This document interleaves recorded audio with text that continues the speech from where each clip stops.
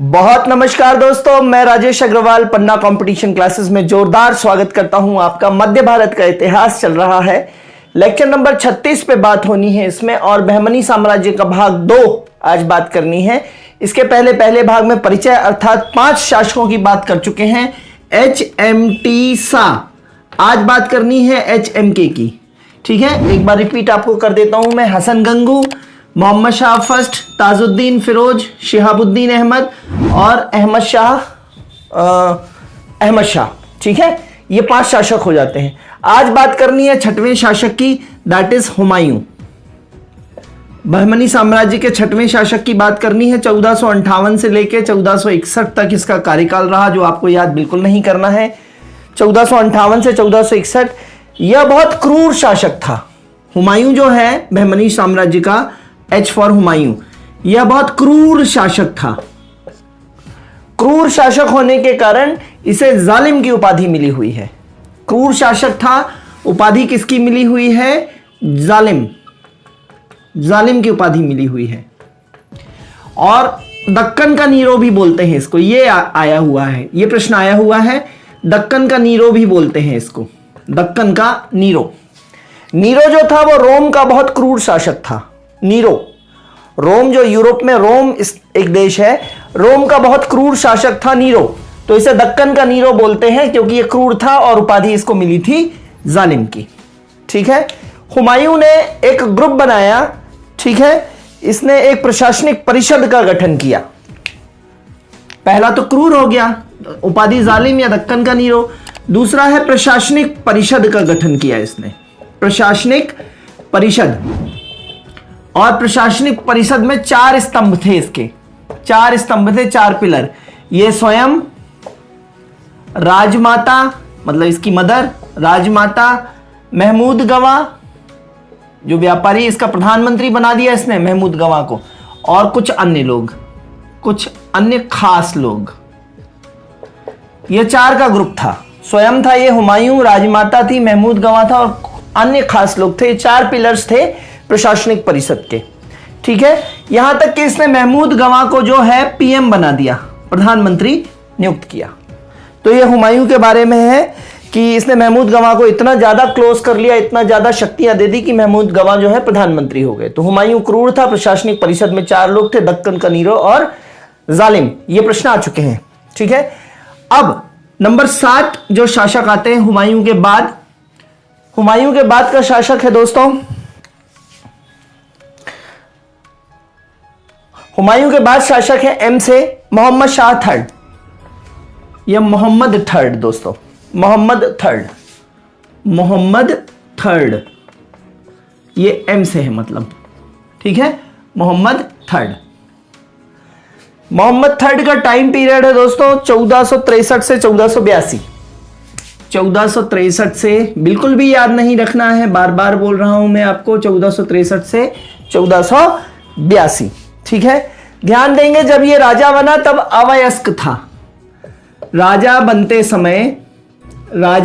समय ये 9 वर्ष का था, अवयस्क। राजा बनते समय ये 9 वर्ष का अवयस्क था।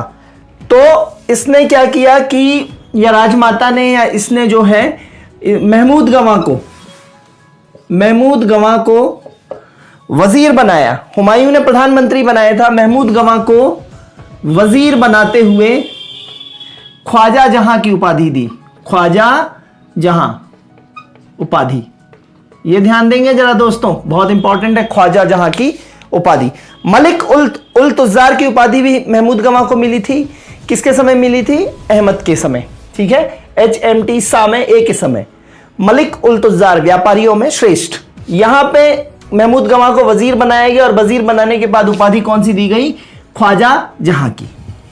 ठीक है, तो महमूद गवाह को वजीर बनाया और ख्वाजा जहां की उपाधि दी। ठीक है, ये दूसरी बात है। तीसरी बात, जो प्रशासनिक परिषद थी हुमायूं के समय, जो प्रशासनिक परिषद बनी है दोस्तों, अब प्रशासनिक परिषद में 3 स्तंभ ही रह गए, 3 लोग ही रह गए। कौन सा ग्रुप हट गया? अन्य लोग वाला हट गया। अन्य लोग अब खत्म हो गए। अब कौन बचा? ये बचा मोहम्मद थर्ड, राजमाता और महमूद गवाह। ये 3 लोग बचे। प्रशासनिक परिषद में अब 3 लोग, 3 स्तंभ रह गए, एक हट गया, एक हटा। कौन सा हटा? अन्य लोग वाला हट गया। क्लियर है? तो ये याद रखिएगा। महमूद गवाह दिन पर दिन शक्तिशाली हो गया तथा यह पेशवा बन गया। इसके समय महमूद गवाह वजीर हो गया था, पेशवा बन गया, है ना। महमूद गवाह शक्तिशाली होता गया, शक्तिशाली होता गया और क्या बन गया? पेशवा बन गया, पेशवा बन गया। तो महमूद गवाह शक्तिशाली हो रहा है दिन पे दिन, वो पेशवा बन गया।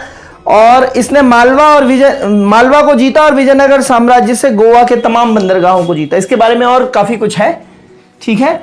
तो इसने मालवा को जीता और गोवा से जो महत्वपूर्ण बंदरगाह हैं, महमूद थर्ड ने मालवा को जीता किसके साथ मिलके? महमूद गवाह के साथ। तो मालवा जीता और गोवा के तमाम बंदरगाह जीते, गोवा के बहुत से बंदरगाह जीते, बहुत से बंदरगाह जीते, ठीक है। तो ये याद रखिएगा, महमूद गवाह के साथ मिलकर मोहम्मद थर्ड ने, ठीक है। अब जो नए जीते हुए क्षेत्र हैं, नए जीते हुए क्षेत्र को इसने, जो पहले के 4 प्रांत थे, नए जीते क्षेत्र प्लस पहले के 4 प्रांत, पहले के 4 प्रांत मिलाकर अब इसने बना दिए 8, है ना। पहले के 4 प्रांत, तो ये बन गए नए 4 प्रांत, नए 4 प्रांत। ये याद हो जाए तो ठीक है दोस्तों, वरना बहुत परेशान नहीं होना है इसके बारे में। नए जीते क्षेत्र जो ये हैं प्लस पहले के 4 प्रांत बराबर नए 4 प्रांत। और नए 4 प्रांतों को जो है ना दोस्तों, इसने 8 क्षेत्रों में बांटा है। नए 4 प्रांत कौन कौन से हैं? तो बरार,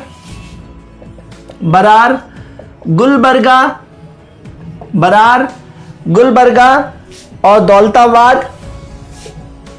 दौलताबाद और तेलंगाना। बात समझ रहे हैं? पहले के 4 क्षेत्र का कोड क्या बताया था दोस्तों मैंने? बीबा गुदौ।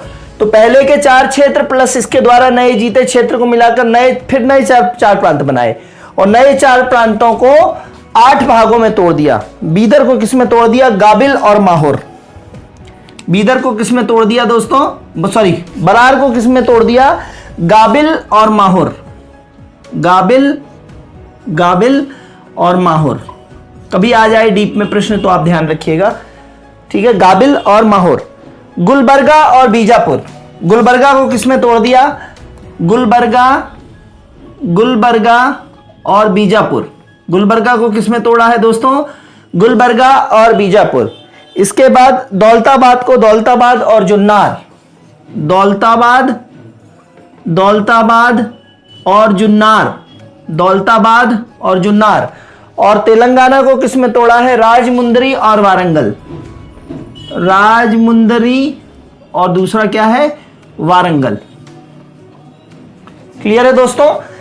तो इसने नए जीते प्रांत प्लस पुराने 4 प्रांतों को मिलाकर नए 4 प्रांत बनाए और उनको 8 भागों में बांटा। नए 4 प्रांत कौन कौन से हैं? बरार, गुलबर्गा, दौलताबाद। ये पुराने 3 जैसे ही हैं, ठीक है। और जो पुराने में बीदर था, बीदर अब क्या हो गया? तेलंगाना हो गया। पुराने में चेंज क्या हो गया? बीदर की जगह तेलंगाना हो गया। और तेलंगाना के जो 2 क्षेत्र कौन हो गए? राजमुंदरी और वारंगल। दौलताबाद में दौलताबाद और जुन्नार। गुलबर्गा में गुलबर्गा और बीजापुर। बरार में गाबिल और माहौर। तो ये याद रखिएगा दोस्तों, ठीक है। मोहम्मद थर्ड के समय ये नए 8 प्रांत बन गए, ठीक है। अब महमूद गवाह ने इन 8 प्रांतों से या इन 8 स्थानों से थोड़ी थोड़ी जमीन लेकर, इन 8 जगह से, ठीक है। महमूद गवाह ने इन 8 जगह से, इन 8 स्थानों से थोड़ी थोड़ी जमीन लेकर उसे कौन सी भूमि बना दिया दोस्तों? खालसा भूमि बना दिया। थोड़ी थोड़ी जमीन लेकर खालसा भूमि बनाया। खालसा मतलब राजा की भूमि। खालसा भूमि बना दिया। राजा के पास भूमि बढ़ जाएगी। सारे 8 क्षेत्रों से मिलाकर, और इसने कौन सी जमीन बना ली, थोड़ी थोड़ी जमीन सबसे ले ली और उसको राजा की भूमि या खालसा भूमि बना दिया। तो ध्यान देंगे, ठीक है। फिर इसके समय जो महमूद गवाह था उसने भूमि की व्यवस्थित पैमाइश, गांवों की सीमा निर्धारण, लगान निर्धारण, ठीक है।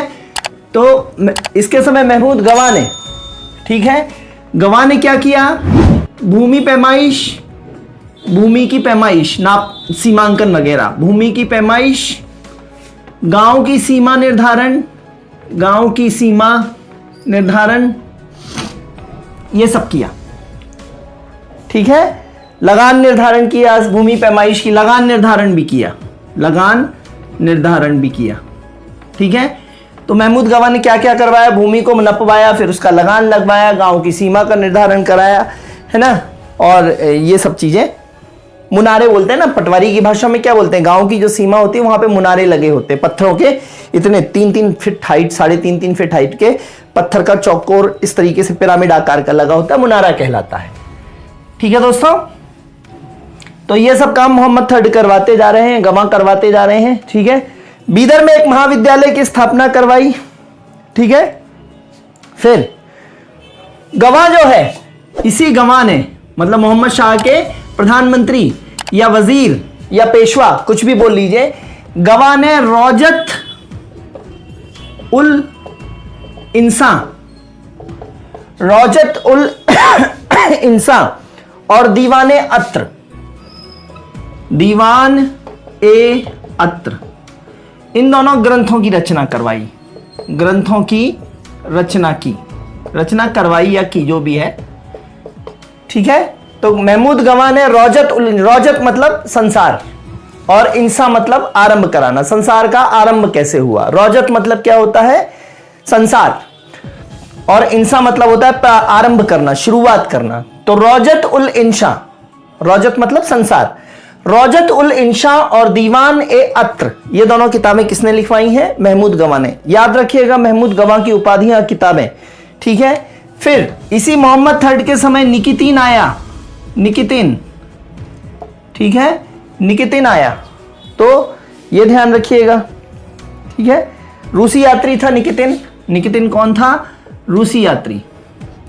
ये पूछा गया है दोस्तों, किसके समय रूसी यात्री निकितीन आया, तो 3 है ना दोस्तों, निकितीन, 3 किसके समय आएगा, 3 के समय ही आएगा, 3 किसके समय आएगा, 3 के समय ही आएगा। तो निकितीन, रूसी यात्री निकितीन किसके समय आया, मोहम्मद 3 के समय, क्लियर है। तो निकितीन रूसी यात्री आया, ये ध्यान रखिएगा, बहुत ज्यादा इंपॉर्टेंट पॉइंट है।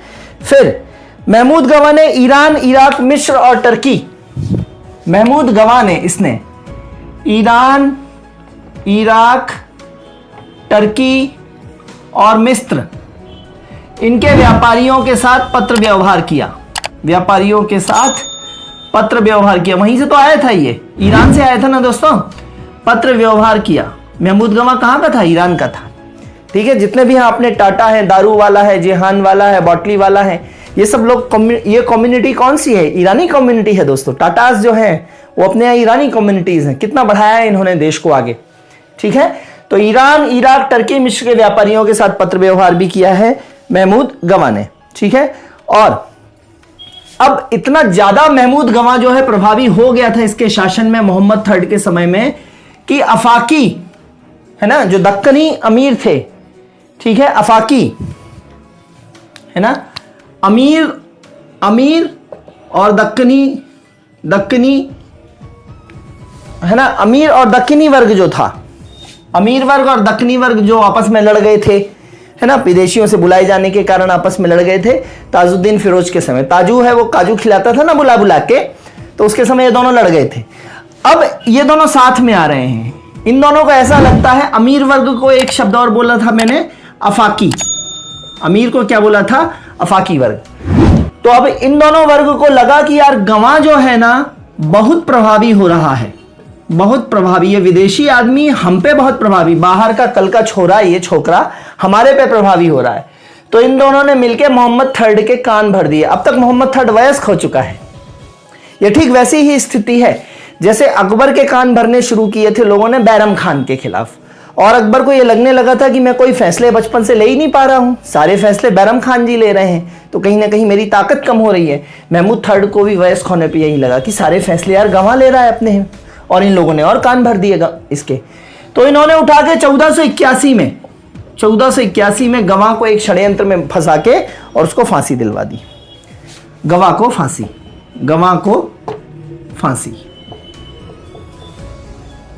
किन्ने कान भरे? इन दोनों ने कान भरे।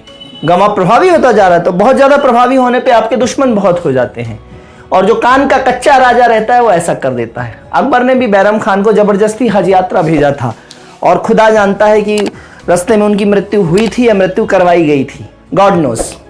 लेकिन अकबर ने बोला था, अब चूंकि बैरम खान ने शुरू से उनको पाला था तो अकबर एकदम उनको कट नहीं कर सकते थे, तो अकबर ने उनको कहा कि अब आपको हज यात्रा पे जाना चाहिए, इंडिकेट किया था।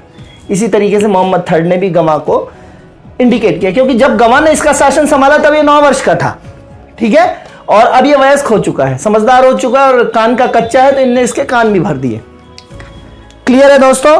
तो इस तरीके से जो है मोहम्मद थर्ड के समय चीजें घटित हुई हैं। गंवा को फांसी कब मिली है? मोहम्मद थर्ड। निकितीन कब आया है? मोहम्मद थर्ड। बहमनी साम्राज्य का अंतिम शासक जो है, ठीक है, 8वां नंबर का शासक जो है, 8वें नंबर के शासक जो है वो है कलीमुल्लाह।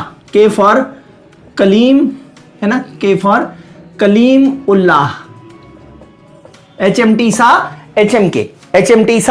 HMK, तो कलीमुल्लाह। कलीमुल्लाह के समय बहमनी साम्राज्य 5 राज्यों में बट गया।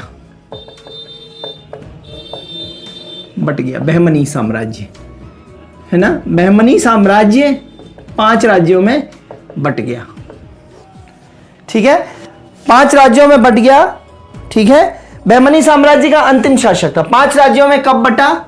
5 राज्यों में कब बटा? 1538 में। ये सन याद रखना पड़ेगा आपको। बहमनी की स्थापना कब हुई है? 1346 में। तेरी चाय छनी बहमनी, पहले लेक्चर में मैंने कोड बताया है, तेरी चाय छनी बहमनी। तो बहमनी की स्थापना कब हुई है? 1346 में। और बहमनी साम्राज्य का टूटना कब हुआ है? 5 में। तो एक जो है वो 5 में टूटा, एक बहमनी साम्राज्य जो है वो 5 में टूटा, ठीक है। तो इसको कैसे याद रखेंगे? 1 5 में थीटा, थी मतलब 3 और टा मतलब 8, थीठा। 1 3 में ठूठा। कैसे याद रखना है? 1 3 में नहीं, सॉरी, 1 5 में थीठा, टूटा को मैं क्या बोल रहा हूं? थीठा। 3 8, थीठा 3 8। 1 5, एक जो है बहमनी साम्राज्य वो 5 में टूट गया। बीदर, बरार, गोलकुंडा, अहमदनगर और बीजापुर, ये 5 में टूट गया। अभी कोडिंग से बिल्कुल याद कराई देता हूं। सबसे पहले आपको याद क्या करना है? बहमनी साम्राज्य की स्थापना, तो तेरी चाय छनी बहमनी, तो 1346 में जो है बहमनी राजवंश की स्थापना है। बहमनी राज्य 5 में टूटा कब है? 1 5 में थूटा, थीठा 3 8। क्लियर है दोस्तों? तो याद करने की ये टेक्निक्स माइंड मैपिंग की टेक्निक्स हैं जो आपको बहुत मदद करेंगी। अब वो 5 कौन से हैं? बहमनी राज्य का अंतिम शासक कलीमुल्लाह है, और वो 5 कौन से हैं? कोडिंग पे देख लेते हैं। अब बीबीज गो, ठीक है। इसके बाद दूसरी लाइन है जुए बीनो गो,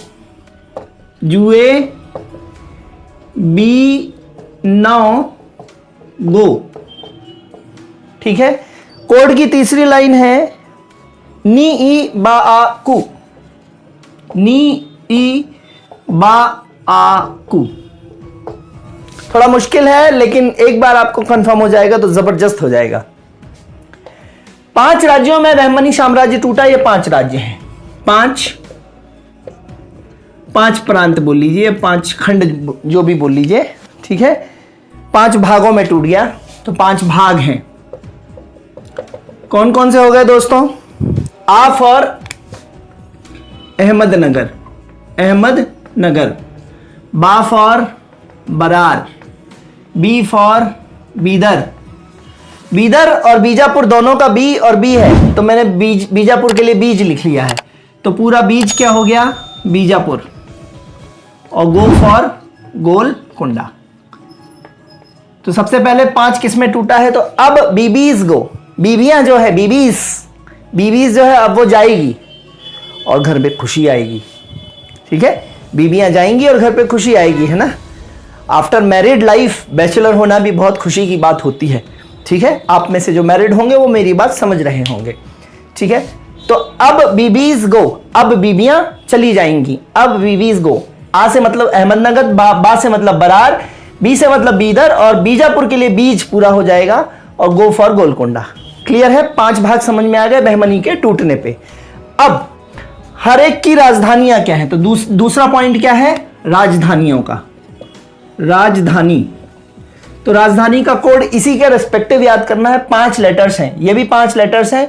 बीच को एक ही लेटर मानिएगा, बीच को एक ही लेटर मानिएगा, बीजापुर बीदर से अलग करने के लिए बताया है ये।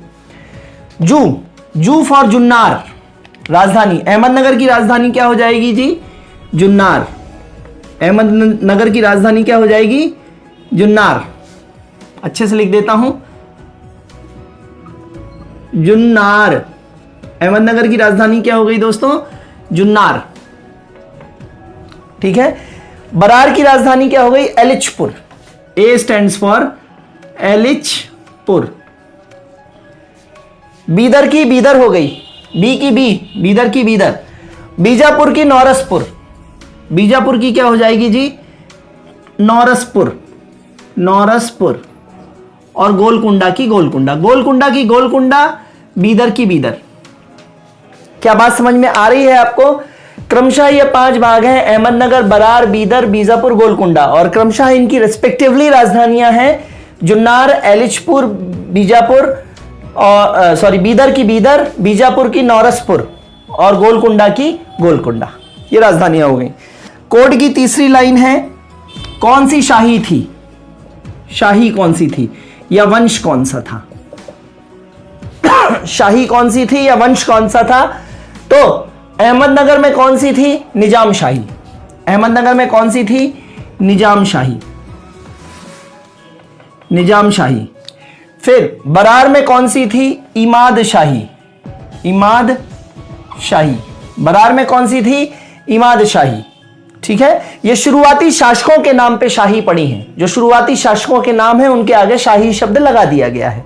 ठीक है ना, इमाद शाही। फिर बीदर में जो है उसको बीदर शाही भी बोलते हैं और बरीद शाही भी बोलते हैं, बरीद शाही। बीदर के 2 नाम हो सकते हैं, बीदर शाही या बरीद शाही। ठीक है, फिर आ से मतलब है आदिल शाही। आदिल शाही कौन सा हो गया दोस्तों, चौथे वाले का, चौथा लेटर है ना, बीजापुर। बीजापुर में कौन सा वंश था, आदिल शाही। और गोलकुंडा में कौन सा, कुतुब शाही। कुतुब मीनार कहाँ है, आंध्र प्रदेश में ही ना, गोलकुंडा है ना, तो हैदराबाद में, तो कुतुब शाही। क्या आपको बात क्लियर है। अब बीबीज गो के ही रेस्पेक्टिवली यह क्रमशः है, नी इब आकू। थोड़ा सा ये वाला कठिन है, बाकी दोनों सरल है। अब बीबीज गो, जुए बीनो गो, बीबियां चली गई हैं, अब जुआ खेल लो आप। जुआ मतलब ताश या जुए जो सिर में होते हैं वो। तो जुए को बीनना, बुंदेलखंडी भाषा में बीनना मतलब चुनना, पिक करना, पिक करना, PIC के पिक, बीनो है ना। अपन गेहूं और चावल में से क्या कंकड़ जो है वो बीनते हैं, पिक करते हैं। ठीक है, तो बीनो। तो जुए बीनो गो, अब बीबीज गो, जुए बीनो गो। और तीसरी लाइन क्या है, नी इब आकू। ये पेन की निब भी हो सकती है, तो पेन की नीब, नी इब, नी इब आकू, नी इब आकू। अब बीबीज गो, अब बीबीज गो, जुए बीनो गो, नी इब आकू, नी इब आकू। क्या क्लियर है आपको। ये कोड बहुत अच्छे से तैयार कर लीजिएगा। पहला है 5 भाग कौन से हैं, दूसरा है 5 भाग की क्रमशः रेस्पेक्टिवली राजधानियां कौन सी हैं, और तीसरा कौन सा वंश है। यहाँ पे वंश किसके नाम पे पड़ा, उनके नाम और बता देता हूं आपको। जैसे निजाम शाही है, तो निजाम शाही जो है मलिक अहमद निजामुल मुल्क। निजाम शाही किसके नाम पे है, मलिक अहमद निजामुल मुल्क, निजाम उल मुल्क। तो ये निजाम के नाम पे निजाम शाही पड़ गई। ठीक है, ऐसे ही इमाद शाही, तो इमाद शाही किसके नाम पे, फतह उल्लाह इमाद शाह। फतह उल्लाह, पहला शासक यही था, फतह उल्लाह इमाद शाह। इसके नाम पे इमाद शाही पड़ गई। बरीद शाही किसके नाम पे? अमीर अली बरीद, अमीर अली बरीद, अमीर अली बरीद। आदिल शाही किसके नाम पे है? तो यूसुफ आदिल शाह, यूसुफ हो सकता दिख नहीं रहा हो लेकिन मैं बोल रहा हूं यूसुफ आदिल शाह। और कुतुब शाही जो है वो कुली कुतुब शाह के नाम पे। कुतुब शाही किसके नाम पे है दोस्तों? कुली कुतुब शाह। ठीक है, तो ये शासक अपने आप याद हो जाएंगे आपको। निजाम शाही निजामुल मुल्क के नाम पे, इमाद शाही फतह उल्ला इमाद शाह, बरीद शाही अमीर अली बरीद के नाम पे, और आदिल शाही जो है वो यूसुफ आदिल शाह के नाम पे, और कुतुब शाही कुली कुतुब शाह के नाम पे। कोड क्या हो जाएगा? अब बीबीज गो, जुए बीनो गो, जाके जुए बीनो या जुआ खेलो, ताश का जुआ, तो जुए बीनो गो। और नीब है ना, निब मतलब पेन की निब, तो नीब आकू, निब जो है वो आ गई है, तो नीब आकू। 5-5 का रिस्पेक्टिवली है। इससे अच्छा याद करने का तरीका नहीं हो सकता है। मैंने बेस्ट कोशिश की है आपको याद कराने की। यह था भाग 2, जिसमें यहां तक HMT से HM के पूरा कवर हो गया है। कल से एक एक ये प्रांत की बात करेंगे। अहमदनगर, बरार, बीदर, बीजापुर और गोलकुंडा, इनकी एक एक करके बात करेंगे और किस तरीके से ये मुगल वंश में मिलते चले गए, ये सारी बातें करेंगे। लेक्चर को लाइक सब्सक्राइब शेयर करिए, स्नेह बढ़ाते रहिए, स्नेह बरसाते रहिए इनफैक्ट।